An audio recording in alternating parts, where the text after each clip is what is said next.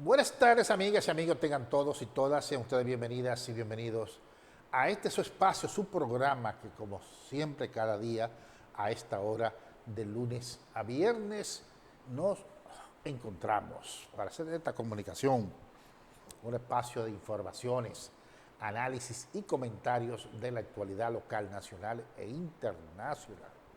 Hoy 1 de mayo, 1 de mayo, como usted quiera. Lo correcto es uno, pero usted quiere decirle primero, pues primero.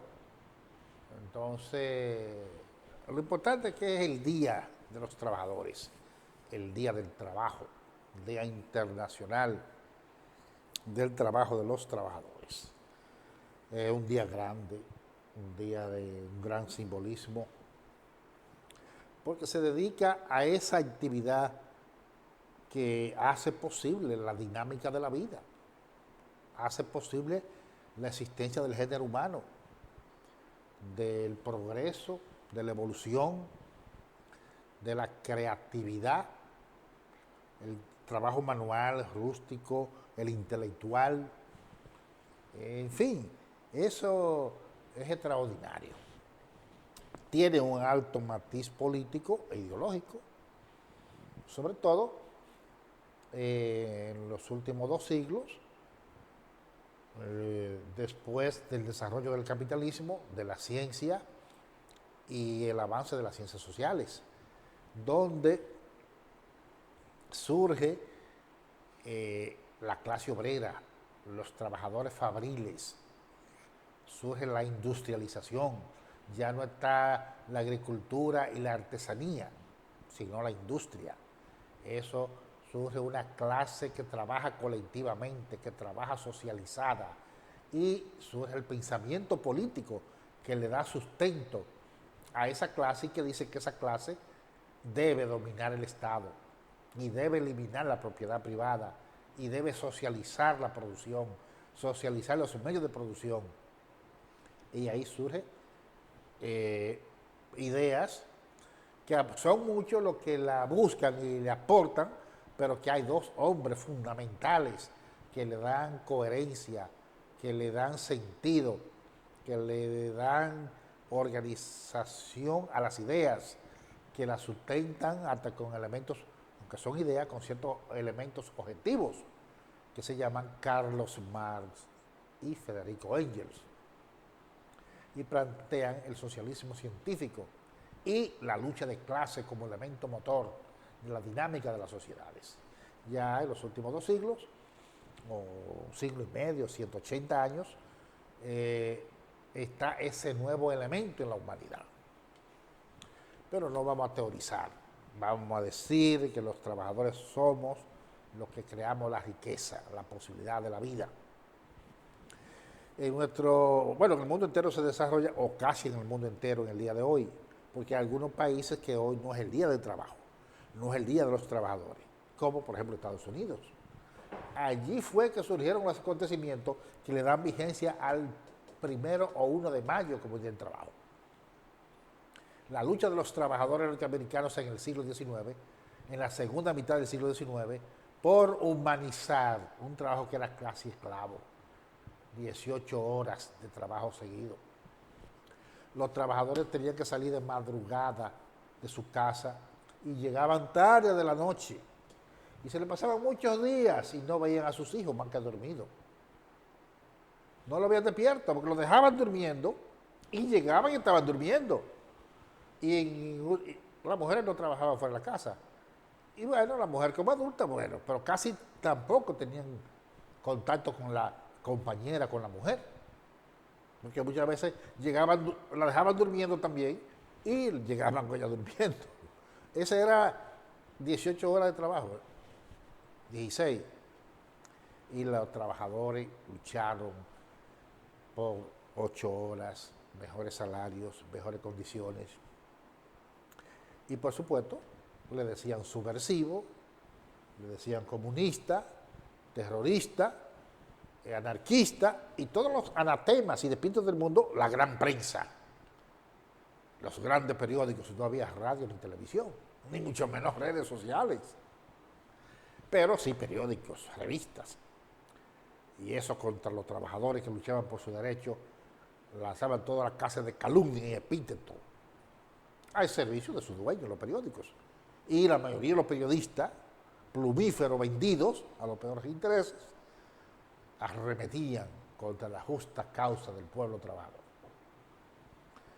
Un día como hoy se derramó la sangre de los trabajadores en Chicago, estado Illinois, Estados Unidos.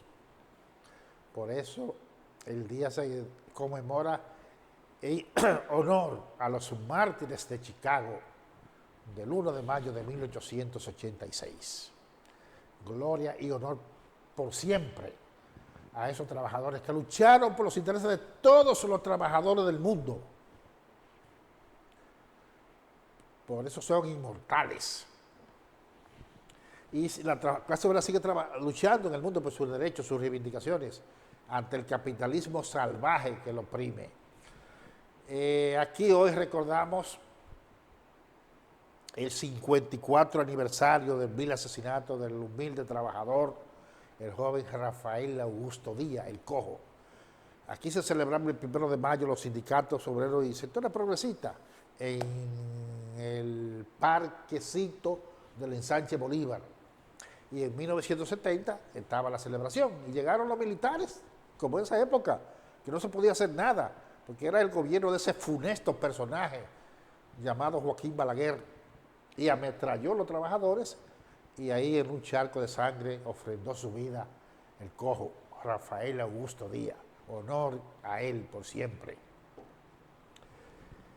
Hoy en el país, muchas actividades, somos maestros, somos movilizados en muchos puntos del país, en Santiago, en las regionales de educación, en la capital y en muchísimas provincias, se estuvieron movilizando los maestros o los profesores, para ser más exacto, en reclamo de sus derechos reivindicativos, muchas críticas y muchos cuestionamientos, pero ellos tienen derecho a reclamar sus reivindicaciones, aunque uno con algunos aspectos no coincidan. Hoy en la capital los sindicalistas del país firmaron un pacto con el gobierno para mejoras salariales, cambios en la seguridad social, mejora en la seguridad social. Bien, en Santiago hubo una movilización fuerte de los transportistas, dirigido por el dirigente transportista Juan Marte, en reclamo de reivindicaciones para ese sector trabajador, los choferes, los transportistas. Dijo Juan Marte hoy aquí en Santiago que miles de choferes corren el riesgo de perder su pan, su trabajo, medio de vida, por la construcción de los sistemas colectivos de transporte, que es el monorriel y es el teleférico. Sin lugar a dudas que esos sistemas, por donde pasan, van a reducir significativamente la demanda a los carros de concho. Muchos van a desaparecer, es la realidad. Yo entiendo, supongo que Juan no se opone a ese sistema, porque nadie debe oponerse a los avances inevitables en la vida, al progreso. Ahora, el Estado, yo entiendo que esa es la dirección, entiendo, porque hace mucho que no hablo de ese tema con Juan Marte, mi amigo, que no se trata de oponerse a esos sistemas de transporte, sino que hay que buscarle alguna vuelta, ahí estamos de acuerdo. Hay que buscar alternativas para que muchos de esos choferes encuentren trabajo, encuentren medios de vida, facilidades en muchas cosas. Y el gobierno ahí debe proceder. Que muchos sean empleados del teleférico, empleados del monorriel, que si van a poner líneas de autobuses, como se supone, de entronque, de tomar donde separan esos aparatos y donde dejan y cogen gente, que muchos de los choferes sean puestos ahí, y en fin, el gobierno, el Estado tiene muchos recursos para por lo menos paliar el golpe que se le va a dar a tantos padres de familia que se van a quedar sin trabajo cuando entre de lleno esos dos sistemas de transporte colectivo, que son el monorriel y el teleférico, aquí en Santiago. Tengo entendido que ya hoy se acabó la luna de miel, porque hasta hoy el teleférico era gratis. Hasta hoy, ahora plantea hay que cantearse, hay que pagar. ¿Sí? Un mes, un mes y día, porque hace más de un mes que ya está funcionando, pero era hasta hoy, o es hasta hoy, que el teleférico transporta gratis a las personas. A partir de hoy ya tienen que pagar. Vamos a ver cómo esto va a seguir operando y va a dar el servicio. Que tengo entendido que esta es la primera etapa, porque se pretende ampliar para la zona sur el teleférico. Bueno, en otro aspecto, cambiando de tema, estamos en medio de un temporal lluvioso que va a seguir. Esto tiene muchos días y parece que va a seguir. Los pronósticos para hoy y mañana es de lluvias. Muchas provincias en alerta amarilla y alerta verde. Y en tanto pasan los días y llueve, la cosa se torna más peligrosa, porque es que está llegando un momento que los suelos están saturados.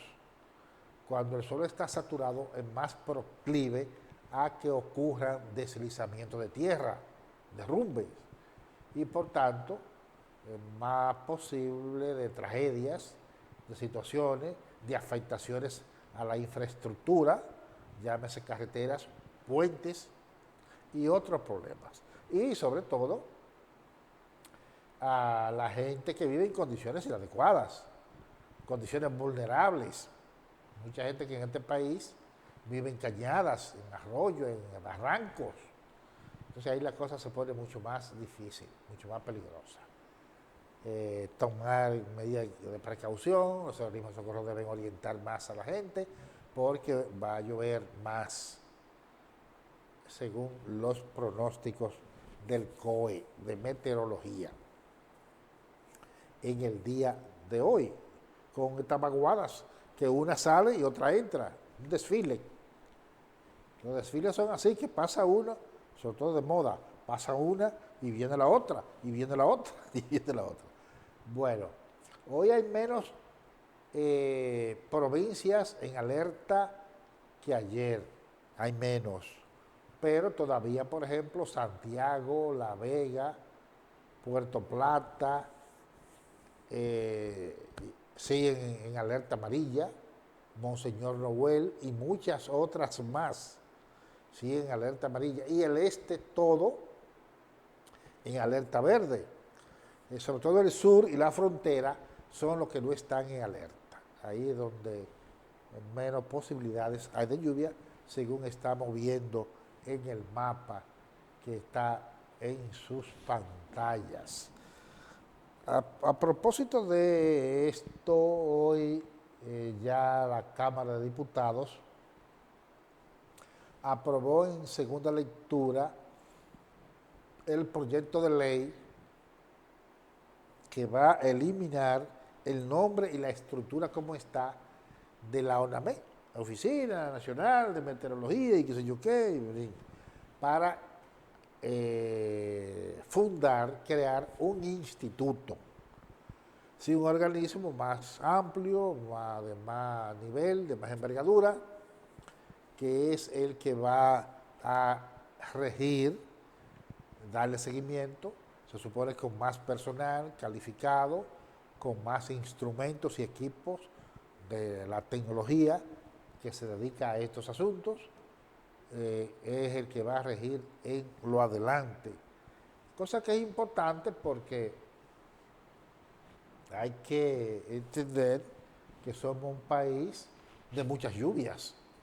Además, colocado en el mismo trayecto del Sol, como dice el poema del gran Pedro Mírez, pero también colocado en el mismo trayecto de los huracanes. Entonces es bueno que el país avance y se ponga más a tono y adecuado con los avances para la educación, la prevención, monitoreo de los fenómenos naturales que van a seguir inevitablemente afectándonos todo el tiempo, toda la vida. En otro aspecto, estaba ya ahorita un rato, no pude estar todo, me invitaron, sobre todo mi amigo Carlos Manuel Estrella, a la inauguración de un nuevo edificio de la Clínica Corominas. Un edificio que va a ser el área, una torre pediátrica, es decir, infantil, moderna, seguro, con todos los adelantos. Y esto es parte de este avance extraordinario que tiene en Santiago el sector de la salud privada, el negocio de la salud privada. Si vemos por lo menos los cuatro hospitales, y vamos a llamarles clínicas, para diferenciarlo de los hospitales públicos de Santiago, más importantes y más renombrados, estos centros han tenido en los últimos años un desarrollo extraordinario. Y en la pandemia le fue bien, esa es la desgracia de la vida. Una de ellas, la vida no es una desgracia, la vida es una bendición, pero tiene aspectos negativos. Que la pandemia fue una desgracia para la humanidad, para todos los pueblos, pero un negociazo para el sector privado de la salud. Una bendición para el sector privado de la salud. En todo el país, sobre todo Santiago, y tuvieron ganancias fabulosas. Entonces, esos centros tienen una expansión extraordinaria otra vez que construyen nuevas torres, y le agregan, y le agregan, y le agregan, y otras, y otras, y otras. Uno de ellos ya construyó un hotel adherido, un hotel pegadito ahí. Ya se habla que Santiago es un destino turístico de salud, del llamado turismo de salud. Y realmente es así. Estos centros, parece que las ganancias son fabulosas. Y están haciendo otra clínica cerca de la entrada del aeropuerto, otro centro, otro hospital privado. Es decir, que hoy inaugura una área, un edificio propio, exclusivo, para la Clínica Coromina del área pediátrica infantil. Y así es, esa y otra, este edificio para esta especialidad, que cáncer aquí, que pediátrica aquí, que cardíaco aquí. Bueno, tremendo negocios. En Santiago yo creo que de los negocios que más están prosperando en los últimos años es la industria del cigarro, los servicios privados de salud y la zona franca, lo que más progresa. Indudablemente que sí. Señor director, vamos a nuestro primer contacto con la publicidad. Adelante.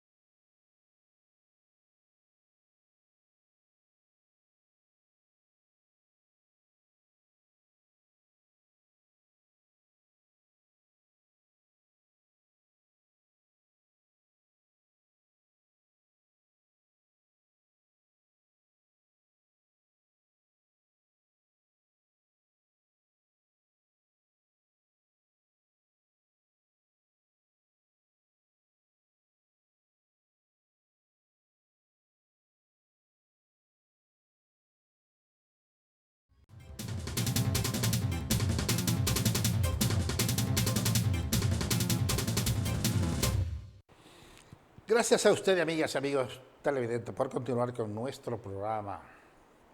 Bueno, otro elemento del temporal lluvioso es que ha obligado a las autoridades del manejo de la presa de Tavera a iniciar un desfogue, un desagüe, que es lo que la gente más entiende, liberarle agua, poca agua, se le está liberando.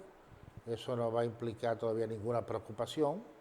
Nadie debe preocuparse de los que viven cerca del yaque, porque son apenas preventivos, de precaución, 50 metros cúbicos por segundo. Eso no es gran cosa. Pero ya comenzaron al desagüe del embalse de Tavera. Bueno, y hoy la Cámara de Diputados aprobó un proyecto para declarar como muertos a los desaparecidos de aquella terrible explosión en San Cristóbal que dejó muchísima gente muertas y heridas y desaparecida. Y con eso de cambiar el estatus, se definen cosas. Y, qué sé yo, ya la familia no tiene esperanza. ¿Y de qué esperanza van a tener? Sin embargo, con el estatus desaparecido, con ese estatus, hay cosas que no avanzan. Por ejemplo, indemnizaciones, pago de seguro de vida y otros elementos se pueden estancar, puede hacer que no lo den, que lo retengan, porque jurídicamente un desaparecido no es un muerto. Pero si ya por ley lo definen, ya no hay otra alternativa. En ese sentido, los familiares, que eso no le va a devolver el ser querido, eso no le va a sanar la herida, el dolor, jamás, pero se les presenta una alternativa para ciertas ventajas materiales que puedan tener. Eso es así.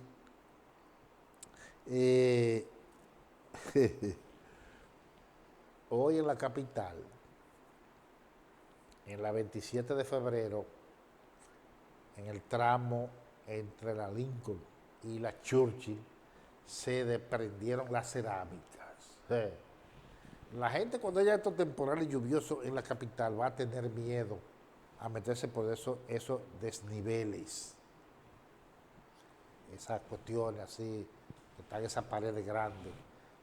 Aquí en Santiago creo que solo hay una, pero no ha dado ninguna muestra de falla, para que la gente no vaya a comenzar a tener miedo. No. Sabemos la tragedia que ocurrió en noviembre pasado en la capital, de muchísimos muertos. Aquello fue paredes. Si hubiese sido cerámica, no era nada, cositas, algunos heridos, qué sé yo. Pero aquello fue las paredes que se colapsaron. Hoy no fueron paredes. Fueron las cerámicas adheridas a las paredes. Por tanto, cosas mucho más leves. Pero a la gente le recuerda y la gente tiene ese trauma y ese miedo, por cierta razón. Ojalá se no implique que mucha gente quiere evadir esas vías en la capital, que son importantísimas, una ciudad que es un infierno en el tránsito, pero volvió a ocurrir ese problemita en mucho menor proporción, pero parecido a la tragedia de noviembre pasado. Bueno, dice una información hoy que se ha desmantelado una estructura de esas mafias de trasiego de haitianos desde Haití acá. O sea, que hay mafia, estructura, que han acumulado inmensa fortuna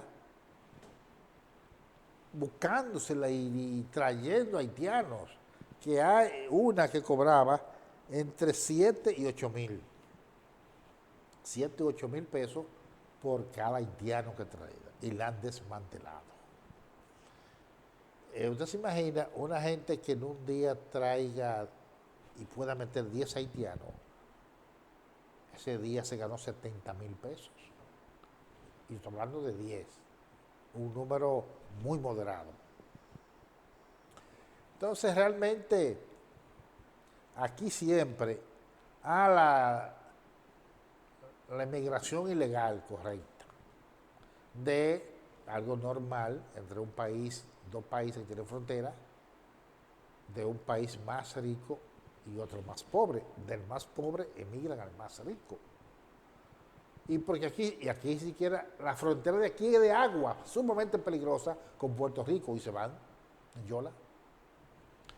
Entonces, está esa tendencia natural, normal, desde hace miles de años, la emigración de una zona más pobre a una más rica. De la antigüedad, eso no es de ahora. Pero también están las estructuras que hacen negocio. Uno en este país, durante muchos años, en todos los gobiernos, cónsules dominicanos en diferentes puntos de Haití vendiendo visas, dólares. Por eso, gente que han sido cónsules, ciudadanas haitianas, han acumulado fortuna afrentosas, vendiendo la visa. Y así, eso que la traen por otro lado. Es decir, que por más que se cacaree, y usted oye el patriotismo y no sé yo qué de muchos, pero muchos dominicanos son los que más promueven eso. Inclusive el trasiego de parturientas haitianas para el país, para que den alumbre, den a luz en los hospitales dominicanos. Hay mafias en eso. Desde hace mucho tiempo se habla de que se ha desmantelado una estructura. Y sobre Haití, llega una información desde Colombia que una inmensa cantidad de armas de Colombia ha ido a Haití. Sé que Colombia es un país de muchas décadas de guerra y de paramilitares, o sea, armas por todas partes. Muchas de esas agrupaciones han ido firmando acuerdos de paz, han ido deponiendo las armas y le buscan otra salida. Fíjense que una gran parte de los que mataron al presidente Moïse en Haití eran colombianos, eran mercenarios colombianos. Entonces, gran parte parece de las armas, otras son de Estados Unidos, que van directo a Estados Unidos. Y no se puede descartar que por aquí pasen parte de esas armas, que por aquí pasen. Aunque no se puede decir, como en algunas cosas se ha querido usar como un elemento político, que es de este país. De este país puede haber algo que pase, pero no sale de aquí y la mayoría de esas armas llegan directo de su destino a Haití, a armar a las pandillas, a las bandas criminales. Se está la expectativa, ¿qué va a ser? Hay una dualidad, las bandas no le han entrado a tiro al nuevo gobierno, ya el gobierno definió el presidente, al primer ministro, parece que en una forcejeo no fue tan fácil, fue precario la mayoría para el primer ministro y el presidente, porque fue, parece, 4-3, oye, lo cerrado. Ojalá eso no implique fragilidad, proclividad al conflicto, posibilidad de riñas, porque lo que Haití necesita es que ese aparato de gobierno tan frágil y voluble funcione. Porque ¿qué más van a conseguir? ¿Dónde más? Funcione y que comience un proceso de tranquilidad y de pacificación que conduzca a las elecciones. Eso es lo que deseamos todos. Lo que deseamos que Haití salga camino, que Haití supere la tragedia histórica en que ha estado envuelto y cosa que se ha agravado en los últimos años. Eso esperamos. Bueno, en otro aspecto, perdón,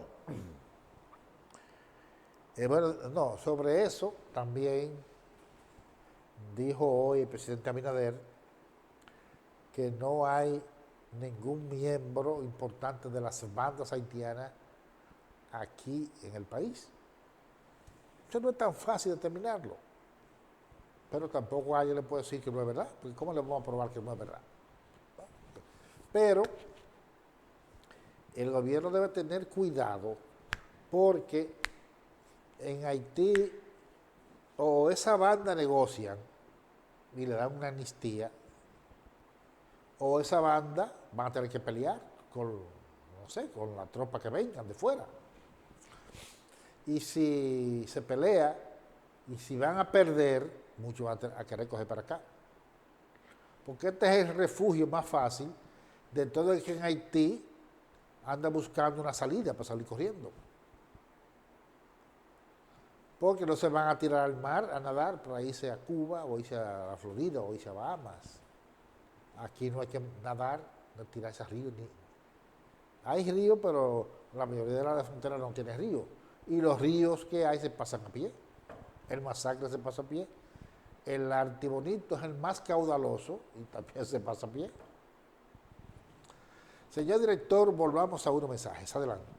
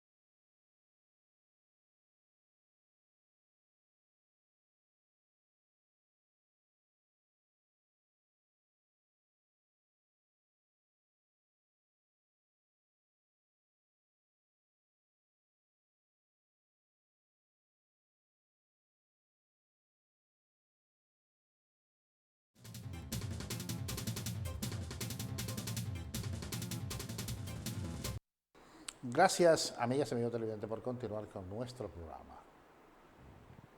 Bueno, Estados Unidos sigue el estudiantado universitario rebelde, y esto nos recuerda un tanto los años 60 y 70, cuando la juventud norteamericana tomó las calles y los centros educativos para protestar contra la monstruosa guerra que le impuso Estados Unidos al pueblo vietnamita y también de Kampuchea, de Laos, o sea, un genocidio en Indochina.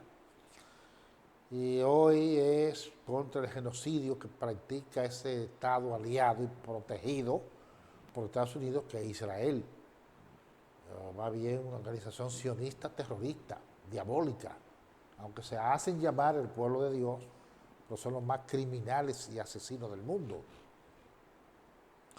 Y así en las universidades de Estados Unidos hay violentas protestas, han sido duramente reprimidos, ha incursionado la fuerza pública en muchas de ellas, muchos detenidos, en algunas se han dado enfrentamientos entre los estudiantes, porque hay algunos estudiantes que simpatizan por el Estado sionista, es lógico. Y bueno, esto parece ser que se va a extender a muchas partes del mundo y así tiene que ser. Además, este es un asunto que no solamente de los estudiantes.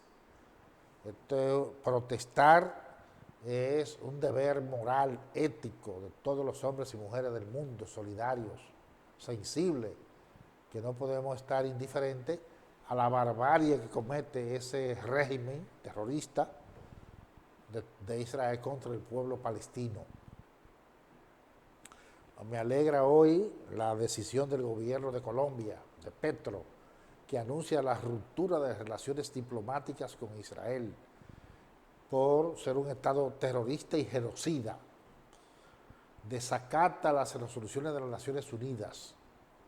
Y lógico, creo que otros gobiernos deben seguir la ruta que ha planteado Petro de aislar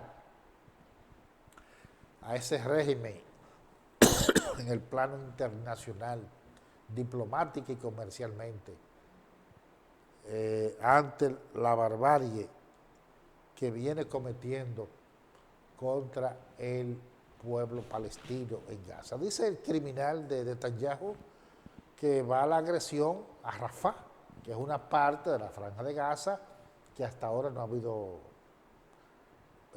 vamos a decir, casi no ha habido enfrentamiento militar, casi no ha sido bombardeada, masacrada, y para allá van, que lo va a hacer, haya acuerdo o no. Entonces, ¿para qué negociar? ¿Para qué negociar? Jamás. Jamás que liberen los rehenes. Sí, pero digan los criminales que paren los bombardeos y la agresión. No, eso no lo dice. Bueno, hemos terminado por esta tarde. Le agradezco a ustedes que nos hayan acompañado como cada día en este su espacio. La invitación queda abierta para mañana cuando sean las 6. Otra entrega de las noticias del día. Hasta mañana.